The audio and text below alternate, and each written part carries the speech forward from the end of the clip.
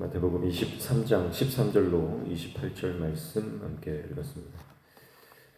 예수님의 7개의 화를 선포하시는 내용이에요. 서기관들, 바리새인들, 종교 지도자들을 향한 예수님의 강력한 비판입니다. 예수님께서 이제 사역을 시작하시면서 팔복을 선언하셨어요. 그 팔복은 예수님이 가지고 온 하나님 나라, 그 하나님 나라를 환영하고 그 안에서 제자로 살아가기로 기뻐하는 자들에게는 하나님 나라의 그 팔복을 선언하셨어요. 그런가 하면은 오늘 예수님과 예수님의 나라를 거절하고 그 나라 들어가기를 싫어하는 자들에게는 그 팔복에 대비되는 어떤 이제 7개의 화를 선포하신다, 이렇게 볼 수가 있겠습니다. 물론 이것이 정확하게 매치가 되는 것은 아니고요. 분명한 것은 하나님 나라를 환영하는 자에게는 그 복이 임하지만 예수님을 거절하고 거부하고 대적하는 자에게는 화가 임한다라고 하는 것을 우리가 말씀을 통해 볼 수가 있습니다. 그래서 이거 7개의 화인데요, 둘씩 짝을 이룹니다. 그래서 첫 번째, 두 번째가 짝을 이루고 세 번째, 네 번째가 짝을 이루고 그리고 다섯 번째, 여섯 번째가 또 한 쌍이 돼요. 그리고 마지막 7번째에서 그 화의 절정을 이루는 것을 볼 수가 있습니다. 그런 구조로 되어 있다는 것을 알고 살펴보시면 되겠습니다. 먼저 13절 보시면 첫 번째 화죠. 13절인데요. 천국 문을 가로막는 자들입니다.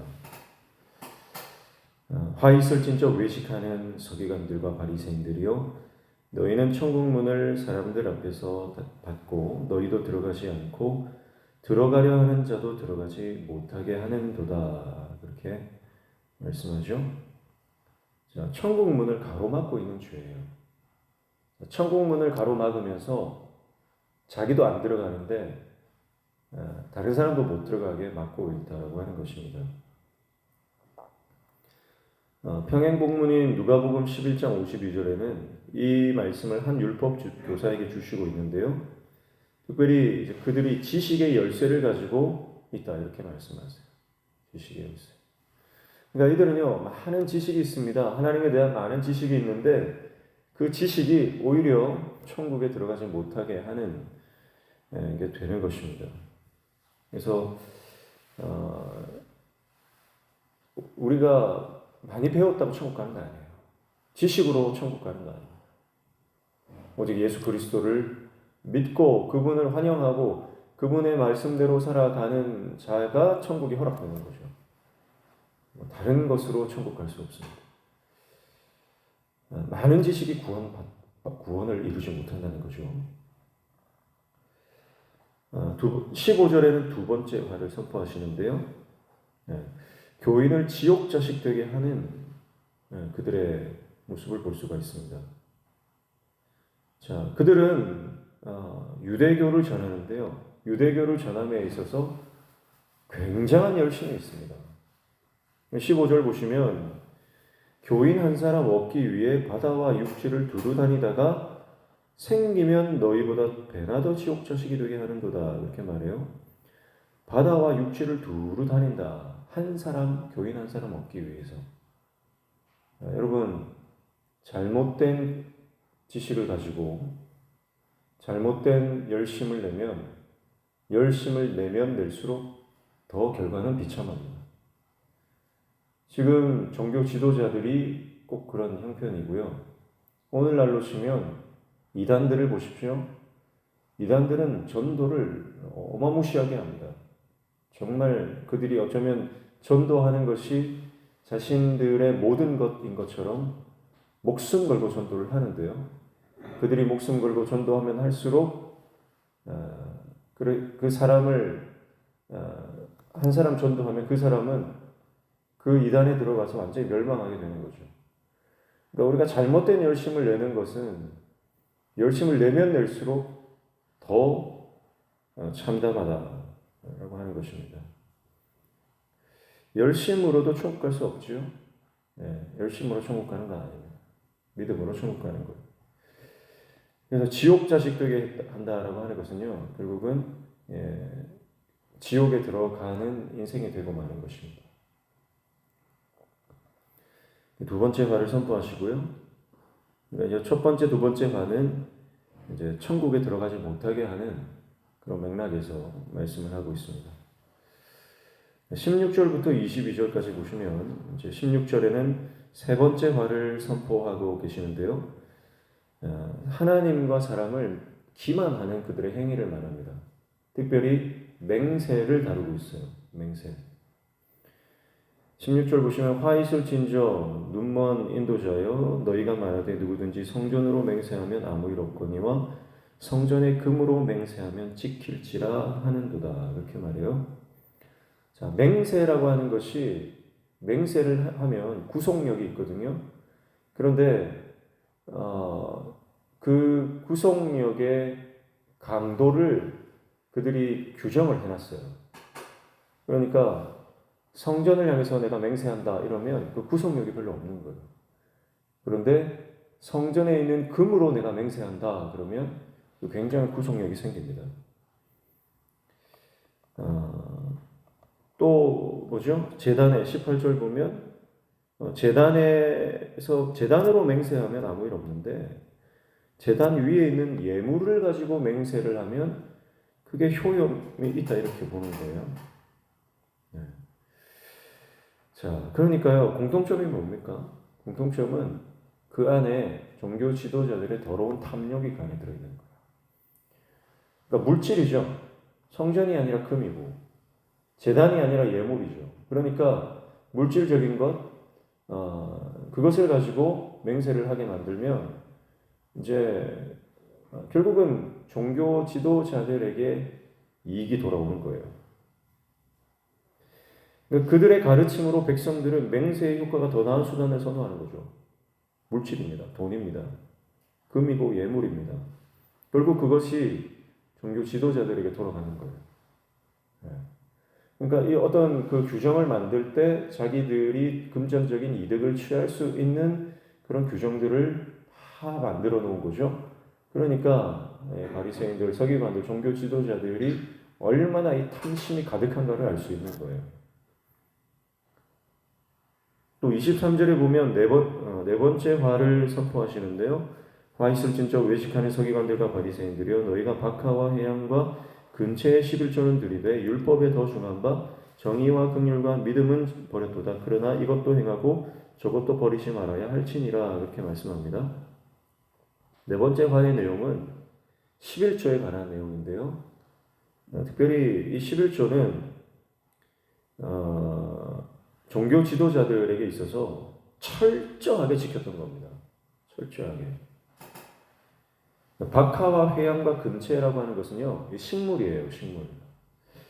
이것은 굉장히 값싸고 쉽게 구할 수 있는 식재료들입니다. 오늘날에도요, 이스라엘에 가면 이 박하, 회양, 근체는 시장에서 쉽게 볼 수 있고 굉장히 값싸게 한 1,000원, 2,000원만 줘도 양을 굉장히 많이 살 수 있다고 합니다. 근데 이런 하찮은 식물도요, 11조를 다 떼는 거예요. 이 유대인들은요. 본인들도 그렇게 하고 또 그렇게 가르쳐요. 11조 철저히 해라. 근데 결국은 그 11조가 누구에게 돌아갑니까? 결국은 제사장들에게, 종교 지도자들에게 돌아가는 거예요. 그러니까 11조의 그 율법의 정신이 뭡니까? 그것은 예수님이 말씀하신 것처럼 정의와 긍휼과 믿음인데요. 정의와 긍휼과 믿음을 가르치기보다는 11조라고 하는 형식을 가르치는 거예요. 결국은 그 11조를 강조하고 또 강조하면서 많은 백성들이 11조를 내게 함으로써 결국은 그들이 또 금전적인 이득을 풍성히 누리는 것입니다. 결국 세 번째 화와 마찬가지로 그들의 탐욕이 그들에게 있다는 거죠. 탐욕에 대한 하나님과 사람을 기만하고 그들이 이득을 취하는 그런 구조의 삶을 살아간다는 것이죠. 예수님께서 그러한 것들을 신랄하게 비판하십니다. 그리고 다섯 번째 관은 25절이죠. 25절에 보시면 화 있을 진짜 외식하는 서기관들과 바리새인들이여 잔과 대접의 겉은 깨끗이 하되 그 안에는 탐욕과 방탕으로 가득하게 하는도다. 이렇게 말합니다. 자, 겉은 깨끗한데 속은 더럽다는 거예요. 자, 겉과 속이 다르다. 표리부동함이죠. 겉은 믿음 있는 것 같은데 속에는 믿음이 없어요. 겉은 경건의 모양은 있는데 그 안에 경건의 능력은 없어요. 거룩한 것 같이 살아가지만 실제로 거룩하진 않습니다. 겉과 속이 다른 모습을 말합니다.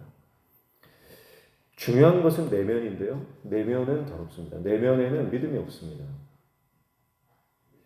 그들의 삶이 그랬고 그들의 마음이 그랬고 또 그들이 화려하게 꾸며놓은 성전이 그랬습니다. 성전도 겉은 화려하고 웅장하고 경건의 모양은 있지만 성전 안은 사실은 부패하고 더럽고 그 안에는 완전히 시장바닥이 되어 있었죠. 예수님이 다섯 번째 화를 선포하시고요.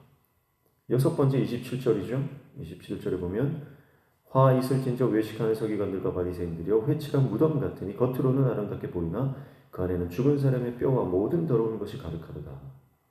회칠한 무덤과 같은 그들의 삶을 말씀하시면서 화를 선포하십니다. 다섯 번째 화와 연결되죠. 겉과 속이 다름입니다. 자, 겉모양이 마치 회칠한 무덤과 같다. 그들의 삶이 회칠한 무덤과 같은 인생이 있다라고 말씀하시는 거예요. 여러분, 무덤에 아무리 회를 칠해도요, 무덤은 무덤이에요. 아무리 회를 칠한다 하더라도요, 그 무덤 안에는요, 썩어가고 있는 거죠. 근데 사실은요, 이 무덤을 아름답게 꾸미려고 회를 칠하는 게 아니거든요. 우리 말로 치면은 뭐 하얗게 페인트를 칠한다 이렇게 보시면 되는데 그 회를 칠하는 목적이 뭡니까? 무덤을 아름답게 꾸미고 좀 화려하게 좀 장식하기 위해서 하는 게 아니에요. 무덤에 회를 칠하는 것은 이게 무덤이다 표시하는 거예요. 무덤 근처에 못 가서도 무덤에 가까이 가서 무덤에 손이라도 대면 여러분 그 부정해지니까요. 여기 무덤입니다. 가까이 오지 마십시오 하는 거거든요. 그러니까 예수님이 이렇게 말씀하시는 것은요, 사실은 그 종교 지도자들의 삶의 모양새가 얼마나 넌센스냐, 아이러니냐, 그걸 또 보여주는 대목이라고 볼 수가 있겠습니다. 아무리 화려해도 무덤은 생명이 없습니다. 무덤 속에는 더 이상 생명이 없고 소망이 없어요. 예수님께서 그들이 회칠한 무덤과 같다라고 말하는 것은 그들에게 더 이상 소망이 없음을, 그들 안에 더 이상 생명이 없음을 말하는 거예요.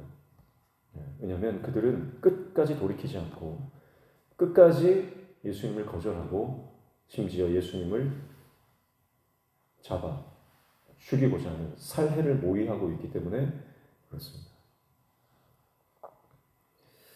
오늘 6가지의 화에 대해서 살펴봤고요. 내일 마지막 7절을 살펴볼 텐데, 하나님 성도 여러분, 우리가